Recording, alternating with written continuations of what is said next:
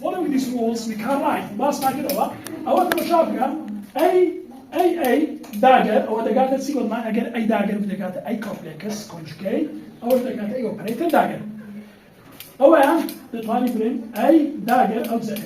أولا بهماش لطالي بريم أي dagger بي dagger سي dagger كودي dagger فلام لو كدينا أي بي سي دي دبي تسكي دبي cycling يعني بدايتي دي أو يقل صاغي دبي بالترتيب قصدي دي سي بي اي كوش كواتا كوشان في الباس كوشان وزمان اي بي كيب سايد داغر لك هذا سيودا كاتا براب سايد دي هابزان دي داغر سي داغر بي داغر اي داغر what was the Hermitian adjoint of the operators باس ماركت رشاكين Hermitian adjoint ما سجمزان او زور بهما the Hermitian adjoint of the operators كيب سايد برافاي كيب ساي برافاي is given by اگر تو هرمشن انجويت سي اللي قلنا زي برا دبتا كيب زيد كيب دبتا كان دبتا سيوا دبتا اگر بيت كيب ساي برافاي دا اگر دغاتا كيب فاي برافاي صار كيب فاي برافاي زي كده وانيا سمانغو قلنا زي هر كيب تشي دبتا برا زي كده بخو يرتب له دري برا فاي بو له دبتا كيب فاي له دري كيب ساي دبتا برافاي good وهروها operators act inside kids and brass. The operators تحصيل لناو كيتي داك يعني كلناو كيتيا acts on the inside the kids. بصوا تمشى. Operators act inside the kids and brass respectively as follows. مثلا درسم كيتي أي operator أي psi. كيتي أي operator أي operator psi. لك هذا سيقول معنى إياك ديتا دري و operator كش ديتا دري أجا ثاني بزور جيدا ليرا تبشاك أجل كلمو أياكو operator أياكي ديتا دري ما في مشكلة واضحة باشا كيتا كيد الإنسيو ملام لحالة برا ومان أجل أياكي لنا براي بدأت complex conjugate باشا ومان آدمي أو إيه لبيش كيتا كيد أو كي بين براكي لباش براكي قلنا بيش كيد باش برا هو اللي بدنا باش برا كواتير لكاتسي أي براف سايد باشان داغر هذا داغر كواتا نوت also that بهما شيوا لبو براش لأنه نسمى برا مشابكة برا أي داغر تي سايد لكاتسي لأوديت اللي نبتا أي كومبلكس باشانا براف سايد أو بيت اللي أو دكاتسي مشاكة قلنا دكاتا داغر تي دكاتا أوبريتر كخوي جماعة كونية تمشاكل بصوا لنا زارش كفليب كان يجيزيه فليب يعني الصورة ليرا كواتا أي كومبلكس كونجوجيت براف سايد أي داغر أي كومبلكس كونجوجيت براف سايد كوات هينس we can also write بهما شبه براف سايد أي كتفاي دكاتا برا زارت زي كاي دفاني بمحتار أو ديتيلا أو الرولة يا الساعة مشاكل دفاني بريم برا أي داقر كلب ساي فاي فرام ليلة دشتفاني بري برا ساي باشاي كلب أي فاي good هيرمشن سكيل هيرمشن كواتا بيرسل هيرمشن عسكر هيرمشن باس ماكت هيرمشن معناه أجر هيرمشن تسبو أجر حاجة أتو داقرك تحايش تسبب اوپراتور چی باس ماکن زاری سیما بیداده اگر هاتو داگر تحاولش تسبب اوپراتور چی قیمتا کی اوپراتور که درچو اوپراتور هرمشن اگر هاتو داگر تحاولش تسبب اوپراتور چی هرمشن درچو بالا بسال پیدرس که هرمشن باشه کاکا کاتلینا an operator A is said to be زاری هرمشن از که هرمشن operator operator A is said to be هرمشن if it's equal to its adjoint زانا Kata operator A is said to be Hermitian if it's equal to its adjoint. أو داغر adjoint ونيا. كواتا open A بكاتا أي داغر. وهذا اشتغالي بوشي ويا وهروها جماعة اللي دو حفتة بكار الإكزامبلي يستاهل الدوية. كواتا أي أجر بو أي داغر أو دبت Hermitian. وتعريفك إيش كبو Hermitian ده أو تعريفي له كي. براف ساي أي كيت فاي دكاتا. برافاي أي كيت سايد كونجوجيت. باشا بابا أو ماشي. لێرە on the other hand on operator B زار جاکری نوێی بیمارۆدانە operator B say to be سکەو هێرمشن سکەو یعنی anti سکەو هێرمشن or anti هێرمشن if برام ساید سوري B داگر کردی ناقص B operator يعني B operator داگر کردی ناقص B operator پیدیان با ماشي مشاكل ليرة عين معادلة مشاكل برام ساید B operator كيت فاي كرديا كيت فاي سي بي اوبريتر كيت سايكلام كونجوكيت مش عين او بلان ناقص شيء لفيشان يعني اگر هات اوتو داغرك تهاوش تسر اوبريتر شيء اوبريتر كخوي درسو بيدو تريتسي بيدو هيرمش اگر هات صار درس بيدو سكيل هيرمش بين الصوري مارك او ملاحظه شيء بسكوت هيرمشن ادجوين يعني او داغرا of an operator is not in general equal to its complex conjugate بس ما كده لو سو كده ترانسبوزيشن ولا كده لا كومبلكس نمري با يسانا فلا بينو لو شباب ستو كومبلكس كونجوكيت لو داكي باشا ترانسبوزيشن لو داكي يكسان نابل بس حالة اوبريتر على حالة كومبلكس نمري احتياجية بس example دو شاش زور بسيط وخوشة there discuss the hermicity of the operators I plus زائد I dagger discuss the hermiticity يعني اولا بتحالو دين ودرب discuss the hermiticity يعني آية او operator hermit يعني سيدا الإمام السجاد discuss the hermiticity of the operators يك I plus I dagger I تمشى I dagger او احتمال بقول تاني I dagger I plus I dagger I minus I dagger هل بالشفية تشيب هم دري چانه دا كده هرمشن استو آفرین او هیچ لگنیا اگر فلیپش بکی مشکلی دروز نکرد بلام لیره بعد دروز نکرد چه آی دکات ناقصاین آی لیره راست دکات ناقصاین آی بلام کسر دکی زارش کچ خوری دیتون لوی کواته بتساو دیاری یک وسی هرمشن ندوی هرمشن نیا بلام روشتن حد دکی find the hermiticity adjoint observable functions if operator ای که دکات یک پلاس آی هم زور بسیطه یک فانکشنی کاملی دایته تو أي يك زائد أي بلس سي أي سكوير سي طبعا اوبريتور سكوير بالضبط يك ماينس دو أي ناقص نو أي سكوير أوفر بيز بلس حفت أي show that سمي and C there show that the expression's value the expectation value يقول من mean value سمو mean value زمان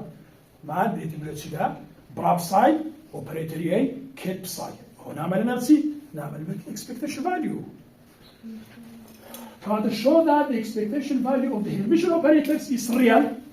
or the reality, and that of an anti-Hermitian operators is imaginary. يعني ده بيسمينا expectation value لبه Hermitian operator طبعا expectation value لبه Hermitian operator real. بلام expectation value لبه skew Hermitian operator سيما مستوى أو ده تسيد ده imaginary يعني بس خيالي كده قرا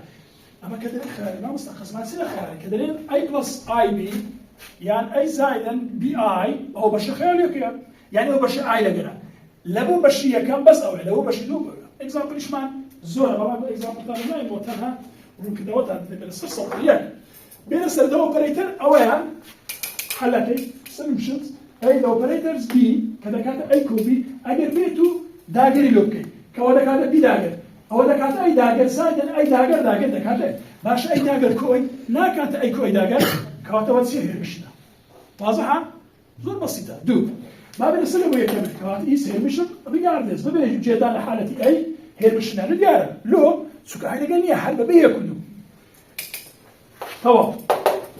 كواتا بي داغر مشاكل دا كاتا اي بلس اي داغر دا كاتا اي داغر زائد دا كاتا اي زائد اي داغر كاتا وبي قول معنا أجر هاتو بي داغر كدي أو بي بيدو تير مشن أجر بي داغر كدي ناقص بي بيدو تير سكو تير مشن ما بنصير حالش كا سمي اللي دو اوبريتور أدي أوا اي تمشاكل أو كداغر وردك ولا كانت ناقص فنيا ناقص اي أو ده كانت أو ده كانت سماه مثلا تمشاكل أو أجر بيت أو هموي اي ماينس اي داغر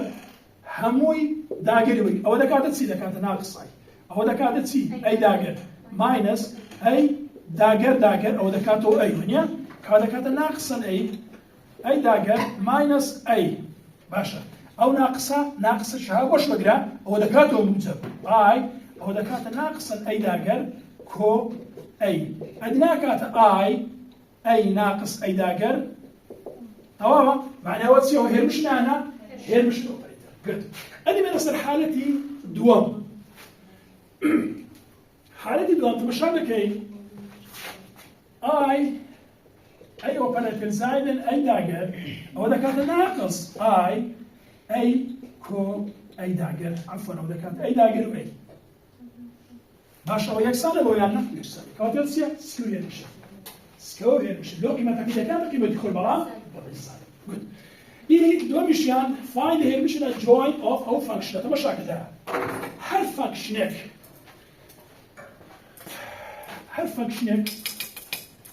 هو تمشى لك كومبلكسي أجربها أتوقع داقل وردي لبو دوشتي وردي يكلبو أوبريتر يكلبو كومبلكس نمبر أجل لبو كومبلكس نمبر تبقل قيمة السر إفا كيف بس هذا اللي بحبك استبزار له تمشى دريت سي أو إفا إف أوبريتر إذا كانت يكو أي زائد لازم تأخيري بس ما كنت هذا ديم سلك أمجيب ديم حلقي صورة see the hermitian joint of an operator functions if A is given by T if dagger and دكاتة سي دكاتة if complex conjugate بلا ليلة أي داخل يعني سيوا يعني لبو complex number كان complex conjugate يودي بلا تنهال operator كي داخل يودي زانا أو فرق زيوازة good يعني كاميرا مؤلف كتابة كتانا براسي زور بزوالي كديتي دريم زانا if star لأننا نسيت star نسيت داخل لبو شو لبو operator بلا complex conjugate كله شيء لبو complex number ما ماشي وتمشى أو هم يداعي يولد أو ذكرت السيارة أو بتساوي على ذكرت يكم أطلب منه يكم أو ذكرت سي يكم أي داعي كو سي أي دو داعي كانوا مش هو يكو دو أي داعي كم نو أي سكوير داعي لسه بينس كو حرف أي داعي خلاص جاتني زور بسيطة اشتغل هيز أحمد اجتهادني أو زوي هنا تبيشوا هيز فاضيين لو لحالتي لو هنا تبندري زمعك سايكليك بس معك حسابك إيه بيا معناه دي كم زان أوي بنسي أو زوي بنسي واونيا كمان دي كم زان بنسي ياك بلس دو أي داعر ماينس نو أي داعر سكوير أو زان أو دي بنسي وياك ماينس أي داعر كوس أي داعر سكوير ستين سكوير حق أي داعر وفرام حفتها بالنسبة للسياكي بالنسبة لقي السي دري سمينا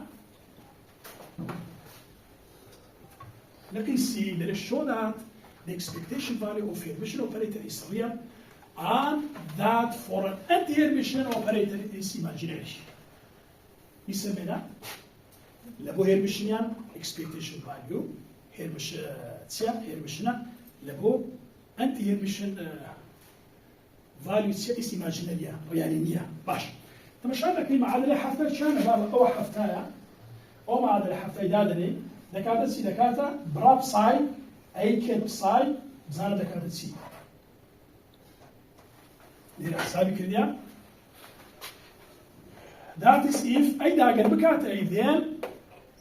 ومعادلة حفتة دادني سي أجل أي داقل بكاتة أي ذين براب ساي أي كيب ساي is real similarly for an anti-Hermitian operators B داقل دكاتة minus B good we have نمشي في ليلة براب ساي B كيب ساي دكاتة سي دكاتة minus بس ما كبرية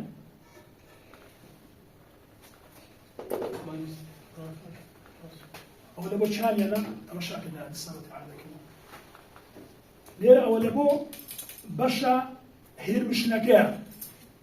لو بشا هيرمشناكير لو أما قلت مان براب ساي أي كيب ساي دكاتة براب ساي أي كيب ساي كومبلكس كونجوجيت براب مين دكاتة ماينس هذا بي دكاتة ماينس براب ساي وخدروا ما أدري شو ماينس براب ساي بي كيب ساي كونجوجيت ليرة which means that أويان purely imaginary purely example شنو دارم example ماتریکس شو دارم قیمت که دو به دو بی بارسا کیت چی بس imaginary part تدارم purely در imaginary